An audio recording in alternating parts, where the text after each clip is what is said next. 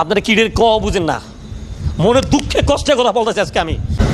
নিশ্চয়ই হতাশা সবার জন্য। আপনি কতটুকু হতাশ এরকম পারফরমেন্সে দলের? ভাই এই সুযোগ বারবার আইব না ভাই। আমার কাছে মনে হয় যে আমরা নিজেদের ম্যাচ নিজেরাই নষ্ট করছি, নিজেদের সেমিফাইনাল নিজেরাই হাত থেকে নষ্ট করছি। এটা আসলে এখন মানে কারো দোহাই দিলে লাভ হইব না, বোলিংয়ের দোহাই দিলে লাভ হইব না। এক্সাম্পল যেমন ধরেন যখন 2 ওভারে দরকার 35 রানের মতো 2 ওভারে, তখন সম্ভবত মানে লিটন দাস তানজিদ তামিম লিটন দাস শিক্ষিত ব্যাটসম্যান। ভাই আমরা হারে গেলে হারে যাবো, হিট কর ভাই, মার তানজিদ সাকিব সিঙ্গেল নিয়ে তানজিদ সাহেব ব্যাটিংয়ে গেছে, ব্যাটিং যে নূরের 3-4টা বল খেয়ে ফেলাইলো, মারতে গেল না, কিচ্ছু করতে গেল না ভাই। মারলো একটা মনে সান্ত্বনা দিয়েছে, মারতে গেছে ভাই। মানে না একুল পাইছে না ওইকুল পাইছে, 2 কিলো হারাইছে। মানে এটা যে ভাই কত বড় একটা দুঃখ কষ্ট, বুঝছেন না, আসলে বুঝতে পারলাম না। আমার মতো যারা নিজ চোখে মাঠে বয়ে খেলা দেখছি, তখন সত্যি কথা বলতে কি মনে জানেন, যে ভাই আরে যে আফগানিস্তানে ছেড়ে দেয়, ওরা সেমিফাইনালে চলে যাক। কারণ ওই জয় আমি খুশি হই নাই ভাই। যদি বাংলাদেশ জিততো আমি খুশি হইতাম না ভাই। কারণ যেই বড় সুযোগ পাইছি ভাই, ওই সুযোগ আর জীবনে পাবো না, বুঝছেন। মানে সম্ভবত 6 ওভারে 5 ওভারে 53 রান দরকার, হাতে মনে হয় 5-6টা উইকেট ছিল। তা ভাই তখনও মানে আমার মন ভেঙে গেছে তখনই, যে এবার আফগানিস্তান জিতে যাক, বাংলাদেশ হেরে যাক, মানে হারুক। তবে এটা ঠিক বুঝছেন, আফগানিস্তান চোখে আঙুলটা দেখাই দিল বাংলাদেশে যারা ক্রিকেটে যারা হত্যাকর্তা আছেন আপনারা, তাদেরকে চোখে আঙুলে দেখাই দিল এরা কদিন ধরে ক্রিকেট খেলে, এরা সেমিফাইনাল খেলছে, সেমিফাইনাল। আর আপনাদের লক্ষ লক্ষ টাকা আছে, কোটি কোটি টাকা আছে, কিন্তু আপনারা ক্রিকেটের বুঝেন না, মনের দুঃখে কষ্টে কথা বলতেছি আজকে আমি।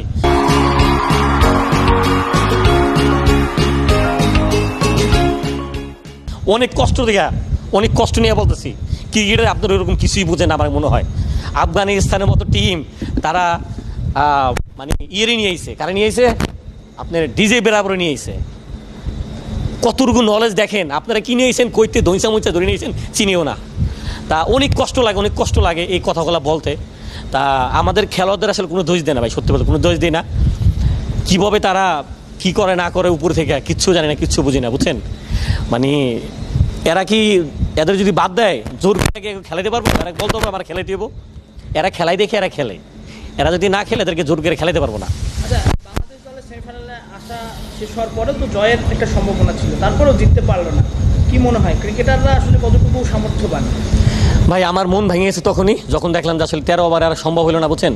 তখন মানে বাংলাদেশ জিতলেও আসলে কি আর হারলেও কি, তখন মন ভেঙে গেছে গা। কারণ সুযোগ ভালো ছিল, এমন না যে 5-6 ওভারে দরকার ছিল 80-90 রান, 5-6 ওভারে মাত্র দরকার ছিল 50-53 রান। সেখানে হয়তো বা 2-3টা বড় শট খেললে মনে হয় চেষ্টা করছিল, হয়তো বা একটা ধান খেয়াত বল অনেক টান খায়, তারপরেও মনে হয় যে যদি মাইরে খেলতো, মাঝে মাঝে চেষ্টা করছে, কিন্তু হয় নাই ভাই। এখন মনের আসলে বুঝতে পারি না, বুঝছেন, বুঝতে পারি না যে এত বড় বিগ চান্স চলে গেল বাংলাদেশের হাত থেকে। হয়তো বা বাংলাদেশ আজকে যদি সেমিফাইনালে যেতে পারতো, পাইতো সাউথ আফ্রিকারে পাইতো সম্ভবত। সাউথ আফ্রিকারে মনে হয় যে খুব সহজে হয়তো বা মানে হয়তো বা বাংলাদেশ যাইতো কিনা, আল্লাহ নিলে যাইতেও পারতো। কিন্তু আসলে নিজেদের নিজেরাই নষ্ট করছি। এটা আসলে অনেক উল্টাপাল্টা কথা বলে হয়েছে, কী বলছি জানি না ভাই, মাথা কাজ করে না, বুঝছেন ভাই। কারণ মানে অনেক কষ্ট লাগে, বুঝছেন। খেলোয়াড়দের আমি দোষ দিই না, দোষ ভাই যারা উপরে এরা ভাই, এরা আফগানিস্তান কদিন ধরে আইসা কী করছে, আর আমরা আজকে যুগের পর 2-3 যুগ পার হওয়ার পর আমরা কী করছি, আমরা আরও নিচের দিকে যাই দিচ্ছি, উপরে উঠতেছি না, বুঝছেন। তা এরা আসলে বুঝবো না, আমরা যারা দর্শক, আমাদের কষ্ট দুঃখ, আমার দর্শকরা কী চায় ফেসবুকে তারা দেখে না। দর্শকরা কী চায়, পরিবর্তন চায়, অনেক কিছু পরিবর্তন চায়, এটা তারা বুঝে না। এটা তা যদি বুঝে হয়তো তারা এমনিতে আসলেই, কারণ অনেক সময় হয় কি, যে যেমন ধরেন সেম টিম, একই টিম নিয়ে কিন্তু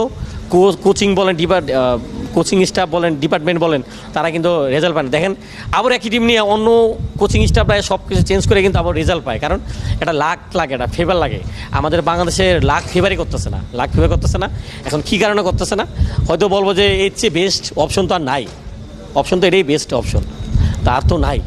তা তখন হয়তো বা মানে নাই, যেহেতু তাহলে আমি যেহেতু পারতেছি না, বারবার হইতেছে না ভাই, আমরা সরে যাই। আমরা তখন সেলুট দিব আপনাদেরকে, যে আপনারা পারতেছেন না, ব্যর্থ হয়ে সরে গেছেন গা, সেলুট আপনাদেরকে তখন মানে বুকে জড়াই নিব ভাই। আর যদি দিনের পর দিন ব্যর্থ হন আপনারা ভাই, আমরা তো আসলে রাস্তাঘাটে যখন চলে, যেমন এক জায়গায় তার এক জায়গায় ইসির ভাই, ইন্ডিয়ান ফ্যান বলেন, অন্য দেশের ফ্যানরা কি সুন্দর ভাই বুক চিপে যেতেছে 10 জন 20 জন একসাথে, আর যখন একলা আমি দেখি, আমি একা, মানে কষ্ট লাগে। আমরা তো আজকে 10 জন 20 জন ফ্যান নিয়ে ভাই এরকম বুকের উপরে বুক চিটাইয়া ঘুরতে পারতাম, চলতে পারতাম, যে বাংলাদেশ সেমিফাইনাল খেলতেছে, বাংলাদেশ ভালো খেলতেছে, তখন ভাই আমাদের মাথা নিচে করে হাঁটতে হয়, বুঝছেন, মানে অনেক কষ্ট লাগে, বুঝছেন। তারপরেও তো নিশ্চয়ই এই যে সাপোর্টটা থাকবে দেশীয় দিক দিয়ে। হ্যাঁ, অবশ্যই অবশ্যই বাংলাদেশ সাপোর্ট থাকবেই, কারণ দেশ তো ভাই এটা তো আমার মাতৃভূমি, আমার মা। এটা তো যতই খারাপ খেলুক, যাই করুক, এটা তো ছাড়া যাবে না, এটা ভোলা যাবে না। কারণ দিন শেষে জিতলেও বাংলাদেশ, হারলেও বাংলাদেশ, কষ্ট লাগবো, অনেক কিছু বলবো, আবারও ভালোবাসবো, আদর করবো, আবারও ভাইদেরকে নিয়ে সাপোর্ট দেবো, এটা থাকবে ভাই, এটা থাকবে ভাই। তা এই ভাই, আর কিছু না ভাই।